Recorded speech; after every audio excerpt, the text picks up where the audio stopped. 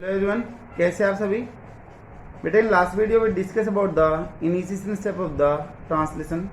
Now we will discuss about the elongation of translation. कि translation में elongation कैसे होगा वो हमें यहाँ पर देखना है, ठीक है। तो बेटा जो नेक्स्ट स्टेप है हमारा that is elongation.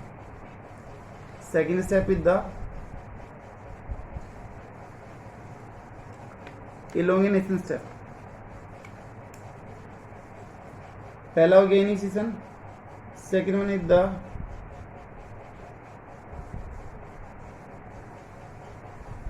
Elongation. Elongate का मतलब होता है लंबा होना या फिर बड़ा होना, ठीक है। तो बेटा जो चेन है अमीनो एसिड की वो लगातार बड़ी होती जाएगी। क्यों होती जाएगी? क्योंकि बेटा जो अमीनो एसिड हैं चेन में वो लगातार एक दूसरे के साथ में जुड़ते हुए जाएंगे।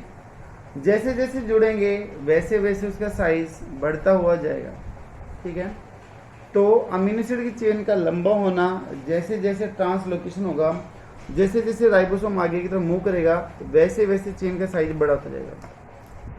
उसी को हम इलोंगेशन बोल देते हैं। तो increase in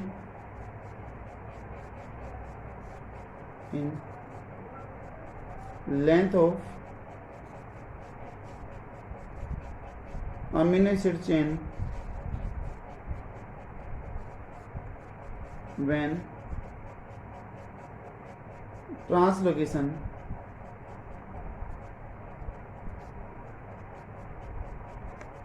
take place on mRNA।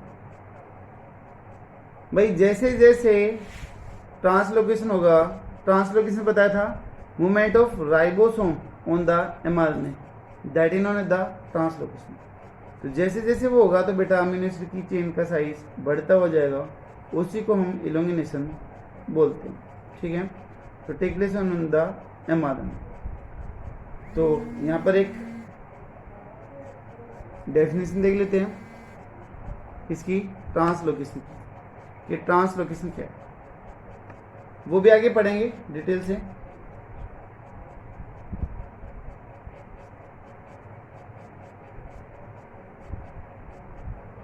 Translocation, translocation क्या है? Movement of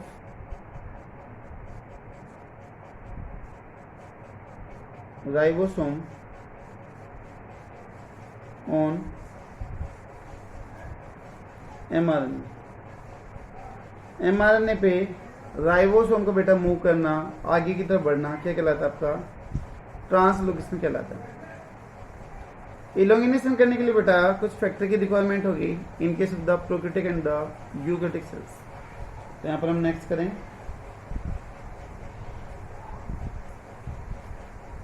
elongation step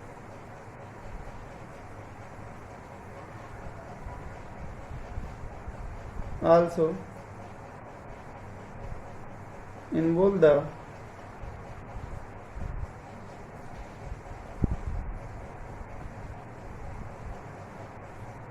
elongation factor।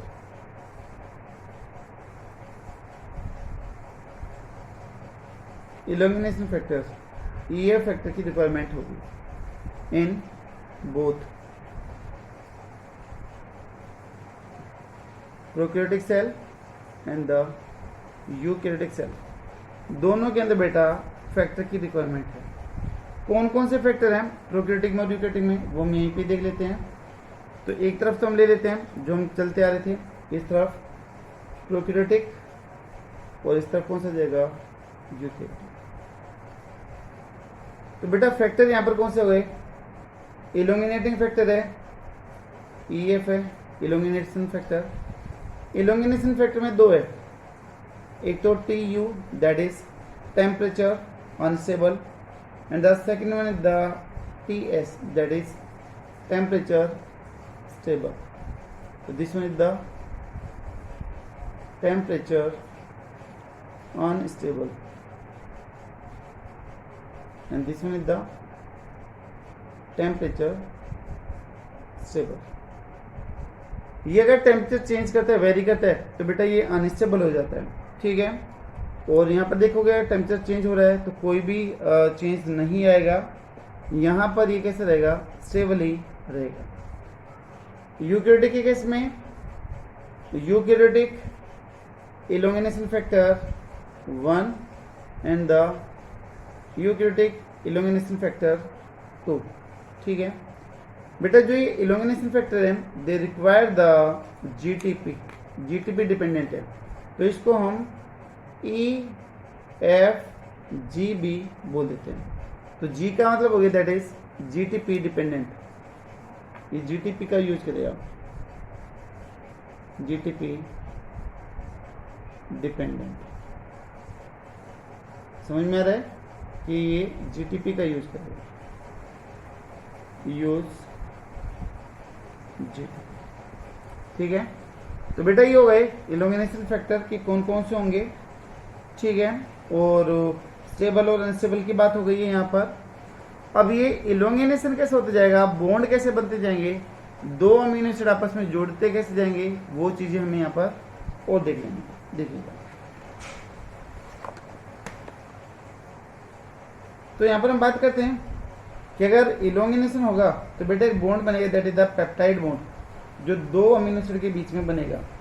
और बनाने के लिए कौन सा एंजाइम रिस्पॉन्सिबल होगा, that is पेप्टिडिल transferase.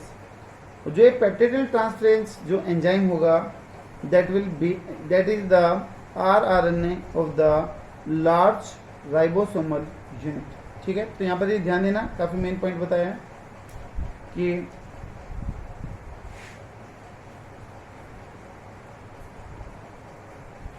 Peptide bond form between two amino acid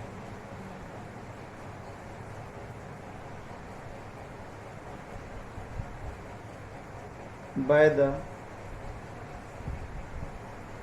help of peptidyl transferase.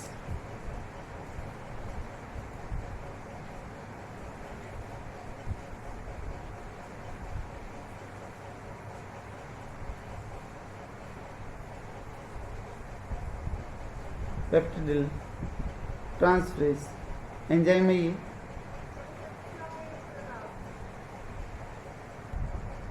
तो यहाँ पर पेप्टिडिल ट्रांसफरेज पेप्टाइड बॉन्ड बनाने में हेल्प करता है।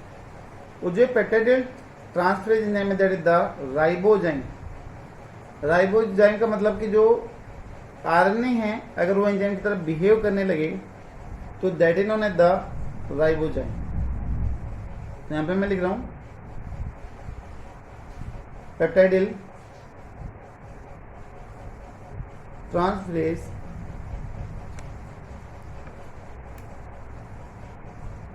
is a ribozyme. राइबोजाइम क्या है, that is enzyme which is consist of the RNA. Generally तो हम ये सुनते हैं कि जो एंजाइम है वो प्रोटीन के बने होते हैं, बट अगर कोई एंजाइम बेटा आरएनए का बना हो तो उसको हम राइबोजाइम बोलते हैं। When an enzyme is consist of RNA, अगर वो आरएनए का बना हो तो उसको हम राइबोजाइम बोलते हैं। तो बेटा यहाँ पर जो 23S और जो 28S यूनिट है उसका आरएनए इस राइबोजाइम या फिर पेप्टाइडिल ट्रांसफरेज की तरह एक्ट करेगा। ध्यान देना इस पॉइंट पे, राइबोसोम की जो लार्ज यूनिट है 23S और 28S, प्रोकैरियोटिक में 23 और यूकैरियोटिक में 28, ठीक है। ये जो यूनिट है वो राइबोजाइम की तरह ट्रीट करेगी। तो peptidyl transferase is a ribozyme, large unit of ribosome, कितना 23S and 28S rRNA treat as या फिर behave as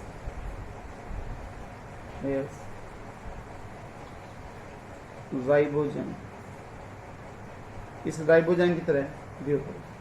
ठीक है, अब बेटा मैं बात करता हूँ किसकी, बॉन्ड की। ये जो बॉन्ड बनेंगे दो अमीनो एसिड के बीच में जो बॉन्ड बनता है, वो बॉन्ड कैसे बनेगा वो चीज़ हमें यहाँ पर समझनी है कि ये पेप्टाइड बॉन्ड की फॉर्मेशन कैसे होगी, वो चीज़ हम देख लेते हैं।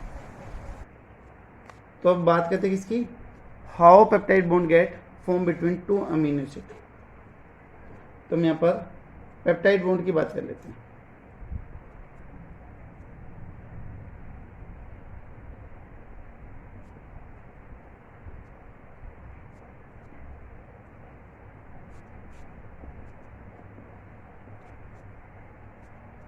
आपने 11th में पढ़ा है बायोमोलिक्यूल्स वाला पोर्शन, उसमें हम प्रोटीन की बात करते हैं कि प्रोटीन कैसे बनती है। तो लगभग वही चीज़ है यहाँ पर, कुछ ज़्यादा मेजर डिफरेंस नहीं है, आपको इजीली समझ में जाएगा। देखिए एक जनरल अमीनो एसिड है कोई भी, सी, यहाँ पर COOH, यहाँ पर H, यहाँ पर वेरिएबल ग्रुप R, और यहाँ पर मैं लिख दूँ NH2। ये एक अमीनो एसिड का जनरल स्ट्रक्चर है या फिर नेचर है।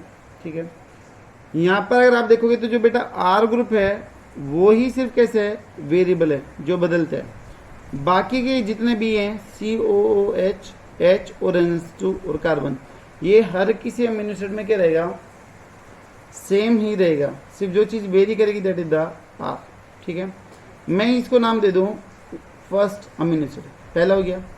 बेटा यहाँ पर दूसरा अमीनो एसिड आ गया COOH, H, यहाँ पर R, और यहाँ पर है NH2। NH2 को मैं ऐसे लिख दूँ, कोई दिक्कत तो नहीं है। बात एक ही है, नाइट्रोजन की वैलेंसी कंप्लीट हो रही है कि जो पेप्टाइड बॉन्ड है बेटा वो कैसे बनेगा। एक अमीनो एसिड का जनरल स्ट्रक्चर था C carbon, COOH, H, R और NH2। ये एक जनरल अमीनो एसिड की स्ट्रक्चर है। जो R ग्रुप है बेटा वो वेरिएबल होगा हर अमीनो एसिड में, बाकी के ग्रुप क्या रहेंगे, सेम ही रहेंगे, वो चेंज नहीं होंगे। ठीक है, दूसरा अमीनो एसिड हो गया, वहाँ पर भी COOH, H, R, NH2। ठीक है, तीसरे में भी यही।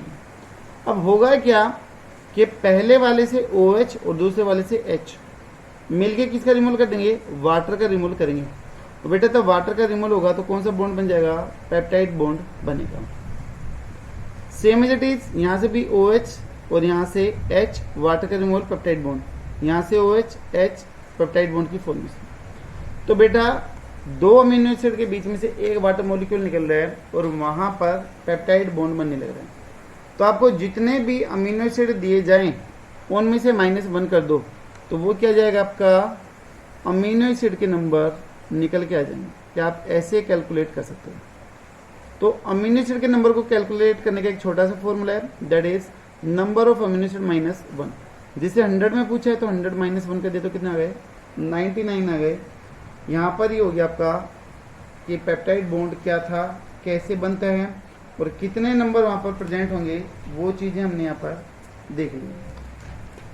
आई होप शायद क्लियर होगा आपको पेप्टाइड बॉन्ड का कॉन्सेप्ट कि कैसे बनता है। बेटा next one is the translocation, है ना। हमने अभी पढ़ा था कि जो translocation that is movement of ribosome on the mRNA, that is known as the translocation. तो बेटा यहाँ पर ट्रांसलोकेशन में भी जो इलोंगिनेशन ग्रोथ फैक्टर है वही ट्रांसलोकेशन करवाने के लिए क्या होगा, रेस्पॉन्सिबल होगा। ठीक है, तो यहाँ पर मैं लिख देता हूँ पॉइंट।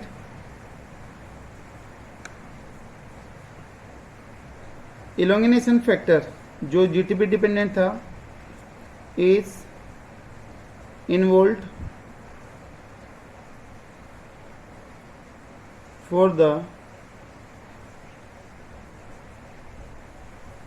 ट्रांसलोकेशन। ट्रांसलोकेशन के लिए जो इलोंगिनेशन ग्रोथ फैक्टर है, GTP डिपेंडेंट जो फैक्टर है, वो यहाँ पर क्या होगा, यूज होगा। कल बेटा मैंने आपको बताया भी था कि ट्रांसलोकेशन है क्या। मैंने जो एक छोटा सा बना रखा था राइबोसोम, ये था हमारा, याद होगा आपको। This one is the P site, A site, और this last one is the E site, ये था। अगर बेटा कोई mRNA, जैसे मान लो ये था mRNA, ये हमारी 5 प्राइम जी कैप हो गई, this one is the tail. Ribosome यहाँ पर अटैच हो चुका है, स्मॉल यूनिट लार्ज यूनिट, ठीक है। अब ये जो राइबोसोम है बेटा वो मूव करता हुआ जाएगा, ठीक है, मूव करता हुआ जा रहा है, ये कोडोन को रीड आउट करता जा रहा है, यहाँ पर लगातार अमीनो एसिड ऐड होते जाएंगे, ठीक है, वो भी देखेंगे। तो जैसे जैसे ये आगे की तरफ बढ़ता हुआ जा रहा है, कोडोन को रीड आउट करते हुए ये जाने लग रहा है। तो राइबोसोम का स्लाइड करना या मूव करना किसके ऊपर, mRNA के ऊपर, that is known as the translocation. तो ये बेटा ट्रांसलोकेशन कहलाएगा, ठीक है। अब देखो तब ये होगा एलोंगिनेशन होगा, तो पोजीशन के अंदर क्या चेंज आएगा वो हमें देखना है। बाकी कल मैंने आपको एक एनिमेटेड वीडियो दिखाया था, मैं फिर से आपको सजेस्ट करता हूँ कि प्लीज़ एक बार इस वीडियो को समझने से पहले या कॉन्सेप्ट को समझने से पहले एनिमेटेड वीडियो जरूर देख लें, जो 3D के अंदर है, काफ़ी अच्छे से समझा रखा है। तो आपका जो बेसिक कॉन्सेप्ट है वहाँ से एक अच्छा स्ट्रॉन्ग हो जाएगा, बाकी का जो पार्ट है थियोरेटिकल वो आपको ईजिली समझ में आएगा। फिर भी एक बार मैं अपने लेवल पे ये चीज़ आपको समझाता हूँ। बेटा mRNA 5 प्राइम, ये हो गया आपका 3 प्राइम, ठीक है। यहाँ पर कोडोन है, कोडोन लिख दूँ मैं, सबसे पहले स्टार्ट कोडोन लिख दूँ AUG UUU, आप कुछ भी लिख सकते हो codon, GAC ACG CUC GCG GGG AUAG, ऐसे मान लो ये, ठीक है। यहाँ पर बेटा हमारा राइबोसोम अटैच है, राइबोसोम इधर अटैच है। यहाँ पर बेटा कौन सी पोजीशन आई है, P, और यहाँ पर हमारी कौन सी है, A है, and this one is the E, ऐसे। बेटा सबसे पहला जो tRNA आ रहा है किसके ऊपर आता है, सबसे पहला first tRNA come at the P site पे आया। यहाँ पर मैं पहला अमीनो एसिड लिख दूँ फर्स्ट, मैंने नाम नहीं लिखा, मैंने सिर्फ 1 लिख दिया कि ये अमीनो एसिड है। बेटा दूसरे वाले पे आ रहा है सेकेंड अमीनो एसिड आ रहा है, ठीक है, दोनों साइड ऑक्यूपाई हो गई। अब बेटा इन दोनों के बीच में क्या होगा, पेप्टाइड बॉन्ड बनेगा और राइबोसोम क्या करेगा, मूव करेगा। ये दोनों आपस में जुड़ चुके और राइबोसोम क्या करने लग रहा है, मूव करने लग रहा है। देखो तब बेटा ये अब ये मूव करेगा तो होगा क्या, समझिएगा। अभी स्टार्ट कोडोन कहाँ पर था, P साइड पर, समझ रहे होंगे शायद, P साइड पे क्या था स्टार्ट कोडोन, दूसरे पे दूसरा कोडोन था कोई। अब ये तब बेटा मूव करेगा तो होगा क्या कि जो P वाला है वो किस पे आ जाएगा, E वाले पे, जो P वाली साइड थी वो किस पे आ गई, A वाले पे, और A वाले किस पे चली गई, किसी अगले कोडोन पे चली गई। इसी तरीके से ये आगे की तरफ बढ़ता हुआ जाएगा तो ये नेक्स्ट कोडोन को रीड आउट करता हुआ चलेगा, ठीक है। ऐसे ये रीड आउट करता हुआ आगे की तरफ बढ़ेगा, ठीक है। जैसे जैसे बेटा ये बढ़ता हुआ जाएगा तो जो नया tRNA है वो कहाँ पर आएगा, A साइड पर आता हुआ जाएगा। तो यहाँ पर ये दो जुड़ गए। अभी मान लो ये आगे मूव करेगा तो भाई होगा क्या, आपको देखो यहाँ पर थोड़ा सा लॉजिक लगाना पड़ेगा, ऐसे। अब बेटा यहाँ पर क्या आ गया, P, यहाँ पर क्या आ गया, A, और हमारे पास में यहाँ पे tRNA जिसके ऊपर दूसरा और पहला अमीनो एसिड जुड़ा हुआ। अब यहाँ पर आया गया कौन सा, तीसरा अमीनो एसिड वाला आया, उसने इस दूसरे के साथ में पेप्टाइड बॉन्ड बनाया। जो ये पहला वाला था वो ई से क्या हो गया, बाहर हो जाएगा, ई से फर्स्ट tRNA क्या हो जाएगा, पास आउट हो जाएगा। अब इसी तरीके से फिर से आगे की तरफ जाएगा, आगे की तरफ जाएगा तो फिर होगा क्या, वही स्टेप बेटा बार बार रिपीट होते जाएंगे। जहां पर ए था वहां पर क्या जाएगा पी, जहां पर ए था आगे पे आ गया। फिर मान लो यहाँ पर आ गया फोर्थ नंबर का, फोर्थ वाला किससे बॉन्ड करेगा, थर्ड वाले से। तो लगातार बेटा यहाँ पर चेन कुछ ऐसी बनती हुई जा रही है, पहला वाला सबसे ऊपर रहेगा, फिर दूसरा, फिर यहाँ पर तीसरा, फिर चौथा। ठीक है, जैसे जैसे ये आगे की तरफ बढ़ता हो जाएगा वैसे वैसे अमीनो एसिड का चेन का साइज क्या होता जाएगा, बढ़ता हुआ चला जाएगा। बेटा last third major step is the termination.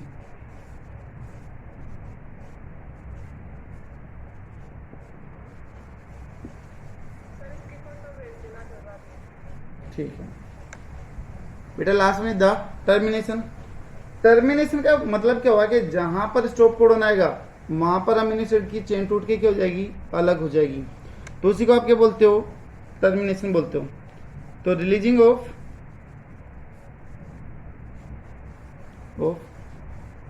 Amino acid chain after coming of stop codon at A site. A site पर जैसे ही स्टॉप कोडन आएगा तो वहां से अमीनो एसिड की चेन क्या हो जाएगी, रिलीज हो जाएगी। उसी को बेटा हम क्या बोलते हैं, टर्मिनेशन बोलते हैं। टर्मिनेशन करवाने के लिए बेटा यहाँ पर फैक्टर की रिक्वायरमेंट होगी। फिर से वही देख लेते हैं, एक तरफ प्रोकैरियोटिक और एक तरफ यूकैरियोटिक लेके।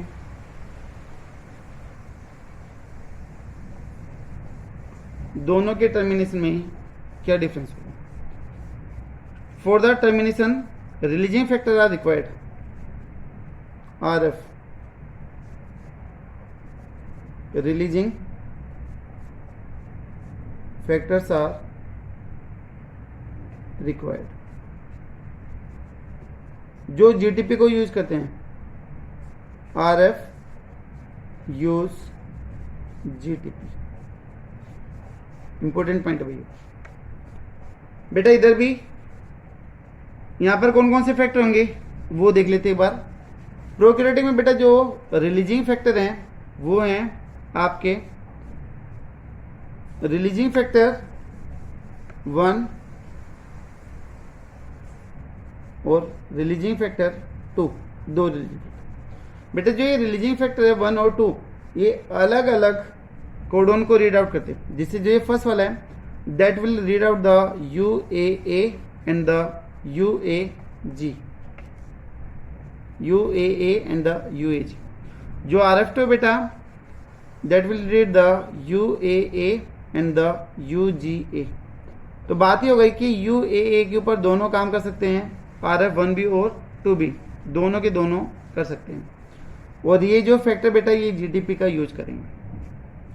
यहाँ पर अगर हम बात करें इन केस ऑफ द यूकैरियोट्स, यहाँ पर सिर्फ ओनली एक ही रिलीजिंग फैक्टर होगा, only single releasing factor, that is eukaryotic releasing factor, eukaryotic releasing factor. ठीक है, इज यूज्ड।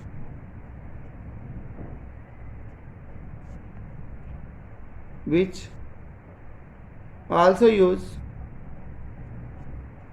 GTP। बेटा ये भी किसका यूज करेगा, GTP का यूज करेगा। और यहां पर जो ये यूकैरियोटिक जो रिलीजिंग फैक्टर है that will read out all 3 UAA, UAG and the UGA, ये तीनों को रीड आउट करेगा। क्लियर है ये चीज।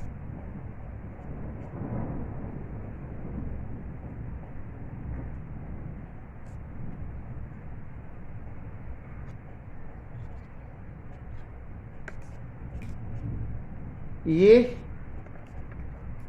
mRNA था, ये हमारा 5 प्राइम 3 प्राइम है। लास्ट में बेटा कोई भी स्टॉप कोडोन आ गया, जैसे मान लो UAA आ गया। राइबोसोम यहां पर बाइंड है हमारा A साइट, ये P साइट, यहाँ पर राइबोसोम अटैच हो गई, ठीक है। पी यहाँ पर ई, यहाँ पर ई है। अब देखो यहाँ पर जो ये लास्ट वाला होगा, यहाँ पर तो बेटा बहुत सारी लंबी अमीनो एसिड की चेन होगी, पॉलीपेप्टाइड चेन होगी। This one is the polypeptide chain, polypeptide की चेन है। अब बेटा जो लास्ट है जहां पर स्टॉप कोडन है, तो वहां पर अभी क्या आएगा, जो टर्मिनेटिंग फैक्टर है वो आएगा। तो यहां पर टर्मिनेटिंग फैक्टर आ गया, कुछ ऐसे बना लो, टीआरएन नहीं है बट इज टर्मिनेटिंग फैक्टर। ये जो टर्मिनेटिंग फैक्टर है वो इसके ऊपर अटैक करेगा, पी साइड के ऊपर जो पॉलीपेप्टाइड चेन है यहाँ पर अटैक करेगा, और ये जो पॉलीपेप्टाइड चेन जो बाइंड हो रही थी उसको क्या कर देगा, यहाँ से रिलीज कर देगा, ठीक है। तो यहाँ पे मैं लिखता हूं कि releasing factor, this one is the R F, releasing factor या फिर टर्मिनेटिंग फैक्टर। तो आर एफ अटैक ऑन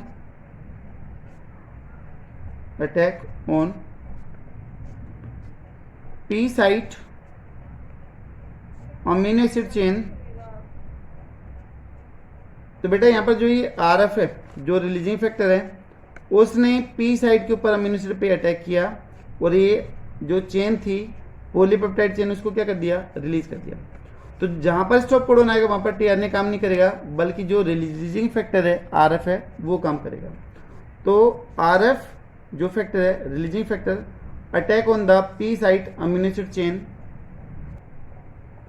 तो यहां पर रिलीज इट इनटू साइटोप्लाज्म, और साइटोप्लाज्म इसको रिलीज कर देगा, ठीक है। तो ये हो गया टर्मिनेशन, यहां पर बेटा कंप्लीट हो, ठीक है।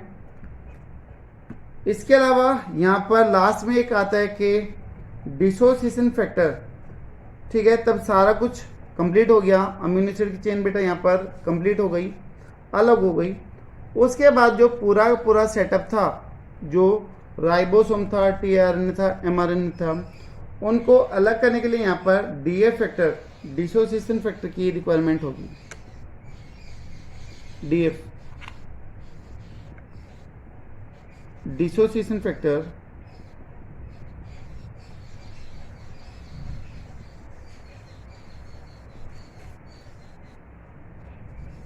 is used to separate the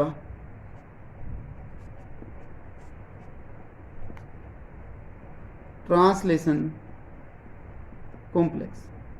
बेटा जितना भी था जिसमें राइबोसोम, टीआरएनए, एमआरएनए, उन सभी को सेपरेट आउट करने के लिए डीएफ की रिक्वायरमेंट होगी, ठीक है। तो ये जो हुआ आपका, दैट इज ट्रांसलेशन बेटा यहाँ पर कंप्लीट होता है, ठीक है। अभी इससे रिलेटेड मैं आपको एक छोटा सा क्वेश्चन करवा रहा हूँ जो आपको हेल्पफुल होगा पूरे कॉन्सेप्ट को रिवाइज करने में भी और एग्जाम में भी। अब आप देख सकते हो कि एनर्जी की रिक्वायरमेंट कहाँ कहाँ पर हुई थी, सबसे पहले वो हम समझ लें। तो देखो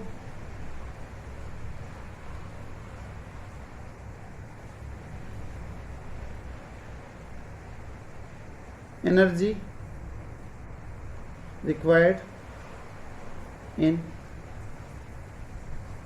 ट्रांसलेशन में एनर्जी कहाँ कहाँ पर यूज होती है।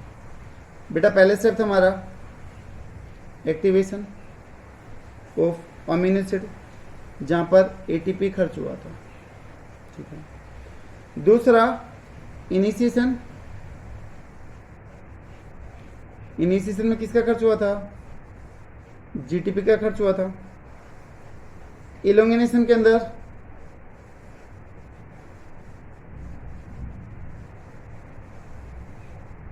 जीटीपी खर्च होता है, और जो टर्मिनेशन है उसमें भी बेटा जीटीपी खर्च होता है। तो ये है सारा का सारा एनर्जी कंजप्शन। अगर मान लो मैं आपसे पूछ लूं कि कोई एक पेप्टाइड बन रही है जिसके अंदर 10 अमीनो एसिड ऐड हो रहे हैं, है ना, 10 अमीनो एसिड को ऐड करना है, तो हमें कितनी जीटीपी और कितनी एटीपी की रिक्वायरमेंट होगी। तो क्वेश्चन है how many ATP and GTP are required to add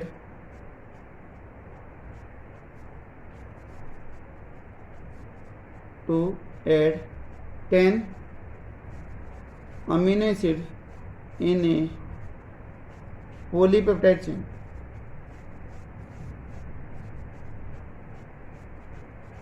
in a polypeptide chain।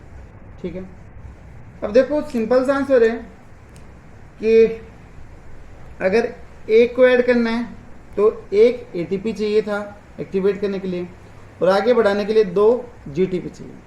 तो 1 अमीनो एसिड के लिए बेटा 1 एटीपी एंड द 2 जीटीपी। ये रिक्वायरमेंट है क्योंकि हमें ऐड करने की बात करनी है, टर्मिनेशन की बात नहीं करनी है। तो हम यहाँ पर क्या कर देंगे कि अगर एक अमीनो एसिड के लिए 1 एटीपी और 2 जीटीपी लग रहे हैं तो बेटा आंसर क्या जाएगा, that is 10 ATP and 20 GTP. Clear होगा भाई, सारा कुछ ऊपर बताया है। एक अमीनो एसिड आया एक्टिवेशन के लिए, फिर इनिशिएशन और इलोंगेशन की चाहिए 2, तो 2 गए। टर्मिनेशन की बात नहीं कर रहे क्योंकि एडिशन की बात करिए, तो 1 एटीपी लग रहा है और 2 जीटीपी। 10 है तो 10 एटीपी और 20 के हो गए जीटीपी हो गए। ठीक है, तो बेटा यहाँ पर हमारा ट्रांसलेशन कंप्लीट होता है। लेकिन इस चीज़ का ध्यान रखना कि जो मिथ्योनिन अमीनो एसिड है यूकेरियोट्स में, है ना, वो भी फाइनली क्या हो जाएगा, लास्ट में सेपरेट आउट हो जाता है, तब वहाँ पर प्रोटीन बनेगी उससे। तो finally methionine amino acid also get removed during